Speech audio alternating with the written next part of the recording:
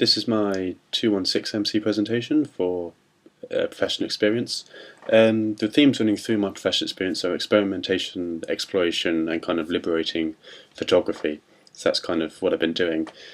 The start of the module, we had a trip to New York planned. I planned two projects there, and that was the first one was to do with people and kind of street candids, the kind of street photography that's doing really well in Paris. That was inspired by Philippe Lorca-Dicorsier's sequence Heads. And again, like I mentioned, that'd be candids around rush hour and night time around Times Square and busy places on Manhattan Island and stuff like that. The second was to photograph and document the unusual aspects, or the aspects that people don't really think about when they think of New York. So you've got your iconic structures, but what else is there to New York? What makes New York New York to people that live there? And that's kind of what I wanted to show. Sadly, Iceland blew up, which is why you should never shop at Iceland. And we couldn't go because of the ash cloud, so the trip was cancelled, so I kind of did other stuff instead. One of these was to contact photography lecturer Jonathan Worth. He had a project about soldiers' families, kind of documenting the untold emotions and stories that happen back here in the UK. And my job on that was basically to kind of get families involved. So I had three strings to doing that. The official route, which contacted the Army media operations in Shrewsbury. You could tell that this was going to be a very long-winded route, and even at the end of it you might not get what you want. So I gave up on that one. And the second route was to contact people I already knew that I have friends in the Army. So I contacted them and said, we've got this project going, you and your family's interested in being in it. They've all been told the same thing though, to kind of ignore any outside media attention. So they all kind of politely declined because of that.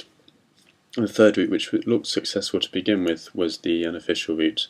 I found an organisation called SAFA, which stands for Soldiers, Sailors, Airmen Families Association.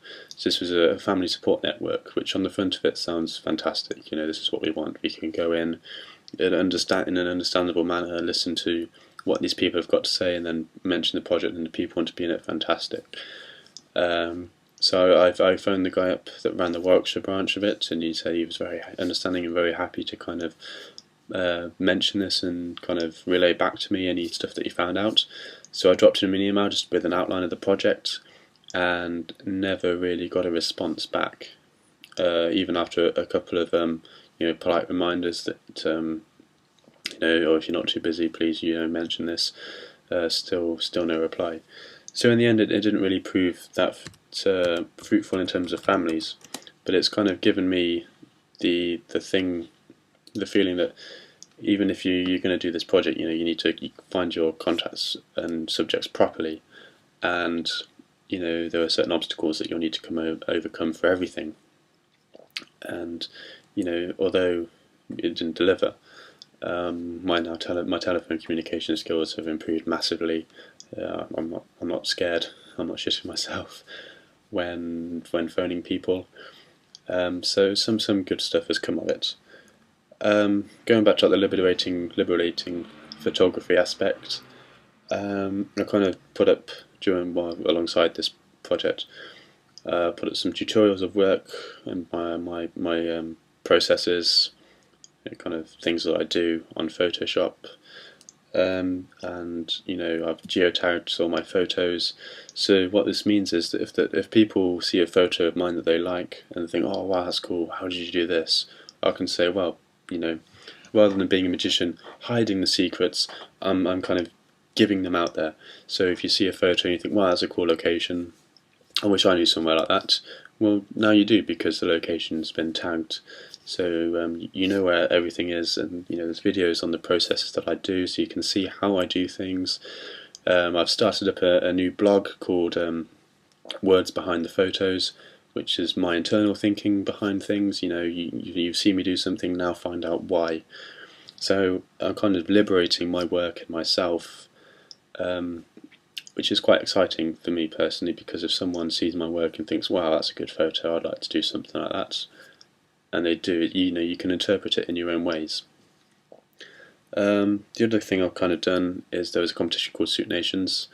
This is an international film photography competition, and this year's theme was urban. So they kind of give you 3 outlines, and you have to take 3 photos according to those outlines. So again, this is the first time I'd worked to a brief in 2 years. So it's quite nice for me to kind of just have a sentence, and then I could just do whatever I want with it. 2 of the photos I entered have been commended. We find out the winner on the 12th of August, so that's next week. So yeah, quite cool, and it's quite enjoyable experience, and I enjoyed, travelling and taking the photos that I wanted to take. So that's good. I've also been helping a fellow student again through the studio aspects. Last year we kind of introduced photography and kind of how things worked and stuff in the triangle with ISO, aperture and shutter speed. This time it's more focused on creativity. So now that he's grasped how the camera works essentially, we started playing around with lighting and things. This is what I'm quite good at. So again, it's passing on my knowledge, this time in a more physical way. I was actually there, passing on knowledge rather than over the internet and video tutorials. So again, it's quite nice to kind of pass on your knowledge and seeing someone benefit from it. It's quite a nice feeling. Towards the end, we also had 2 plans for films in the pipeline called Fridge and Love 15, and these would be made with Steve Dawkins. For Fridge, I'm a lighting director, and for Love 15, I'm a camera assistant. You can see the lighting plans for Fridge on my blog. I'll stick the address at the end. Everything that I've mentioned and more can be read and in detail at the blog. This is just a very brief overview. So from this, I feel like I've taken my photography further. I've kind of got involved with more photography. There's a film camera up there, there's one over there, somewhere, the hallway behind me, and kind of, put out there what I do, so to speak. I really put myself out in photography terms, and it's kind of liberating, and it feels quite good. I feel like I've made a progression. I'm not sure what the progression is. I do know what the progression is. And it just feels nice inside knowing that I've made some efforts. So it's nice, it's good. I've quite enjoyed this experience and the stuff that I've done. Helping people out, putting everything there. Some days have been really long, and geotagging 777 photos gets quite boring after a while. But I do it because if someone wants to see where I've taken a photo, they can go and take a photo in that place and do it differently. They might even do it better. So yeah, it's been really good. So thanks for watching my presentation.